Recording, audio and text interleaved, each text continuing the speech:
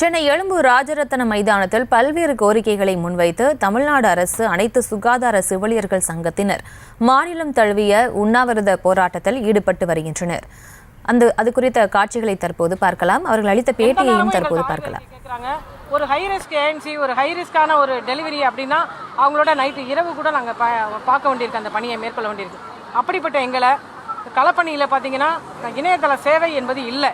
அப்படி இருந்தும் பார்த்தீங்கன்னா நீங்கள் ஃப்ராஸ் ஆப் அட்டண்டன்ஸ் வைக்கலைன்னா உங்கள் மேலே 17B எடுப்பேன், உங்கள் மேல் நான் சம்பளத்தை பிடிப்பேன் அப்படின்னு சொல்லி இயக்குனர் பயங்கர மிரட்டுறாரு. இது இந்த மிரட்டல், இந்த ஃப்ராஸ் ஆப் அட்டண்டன்ஸ் பதிவு என்பது வேறு துறையில் இல்லை. நிதி ஒதுக்கீடுலையும் ப்ராப்ளம் இருக்குது. கவர்மெண்ட் ஆஃப் இந்தியா கொடுக்குற நிதி வந்தால் தான் தமிழ்நாடு கவர்மெண்ட்டோட பணத்தை இதுக்கு அக்செப்ட் பண்ணுது கம்ப்யூட்டர். நாங்கள் பார்த்தீங்கன்னா நாங்கள் எதை பண்ணாலும் 2.0 3.0ன்னு வருஷனை மாற்றிக்கிட்டே இருக்காங்க. இப்போ பார்த்தீங்கன்னா யூவின் பணி எதுவுமே பண்ணாமல், எந்த பயிற்சியுமே இல்லாமல் அந்த டேட்டா என்ட்ரி ஆப்ரேட்டர்களால் 1 மணி நேரம் பயிற்சி கொடுக்கப்படுது. பயிற்சி பெற்ற எங்கள் சகோதரிகள் அதிகமாக இருக்காங்க.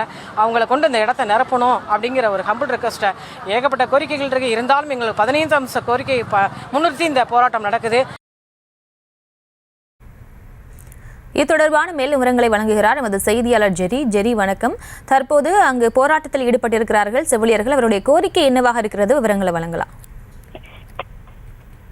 சென்னை எழும்பூரில் உள்ள ராஜரத்னம் மைதானத்தில் தமிழ்நாடு அரசு அனைத்து சுகாதார செவிலியர்கள் சங்கம் சார்பில் பல்வேறு கோரிக்கைகளை முன்வைத்து மாநிலம் தழுவிய உண்ணாவிரத போராட்டத்தில் ஈடுபட்டு வராங்க. 1982ஆம் ஆண்டு மக்கள் தொகை கணக்கெடுப்பின்படி 5000 மக்கள் தொகைக்கு ஒரு துணை சுகாதார நிலையம் ஏற்படுத்தப்பட்டது.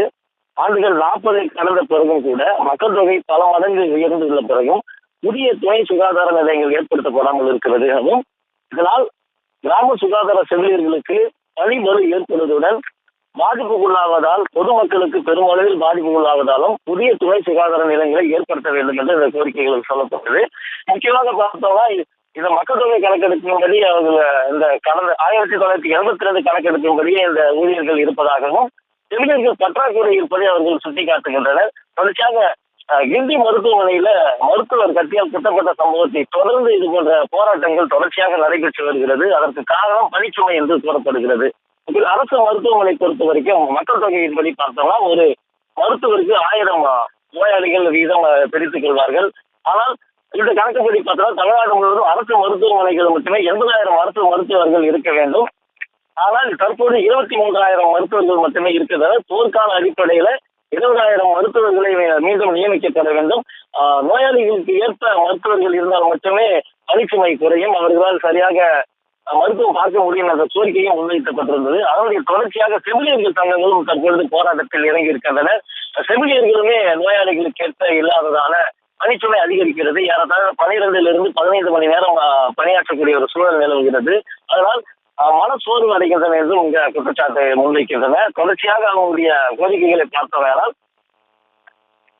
குடியிருப்புக்கு லாயக்கற்ற துணை சுகாதார மையங்களுக்கு கிராம சுகாதார செவிலியர்களின் ஊதியத்திலிருந்து பிரித்தம் செய்யப்பட்டு வாடகையை திரும்பி தருவதுடன் மக்கள் வசிக்கின்ற இடத்தில் போதுமான வசதிகளுடன் துணை மையம் ஏற்படுத்தி கிராம சுகாதார செவிலியர்கள் தங்கி பணிபுரிய ஆவணம் செய்ய வேண்டிய இந்த போராட்டத்தில் முக்கிய ஒரு கோரிக்கையாக முன்வைக்கப்படுகிறது. விவரங்களுக்கு நன்றி ஜெரி.